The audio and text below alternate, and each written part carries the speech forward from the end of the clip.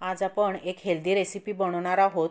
ती म्हणजे चिक्कू शेक। त्यासाठी 2 मोठी छान पिकलेले चिक्कू घेतले आहेत। चिक्कू स्वच्छ धुवून घ्यायचे। आता आपण चिक्कू कट करून त्यातील गर काढून घेऊ। अशा प्रकारे आपण चिक्कूचा गर व्यवस्थित काढून घेतलेला आहे।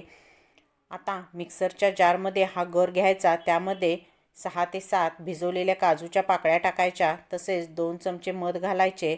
मधाऐवजी 1 ते 2 चमचे साखर वापरू शकता। मध किंवा साखर घालणे पूर्णपणे ऑप्शनल आहे। दोन्हीही नाही घातले तरी चालेल, कारण चिक्कूची टेस्ट गोड असते। आता यामध्ये 1 ग्लास थंड दूध घालायचे व अर्धा चमचा वेलची पावडर टाकायची व मिक्सरमधून फिरवून घ्यायचे। काही सेकंदातच याची छान स्मूथ पेस्ट होते।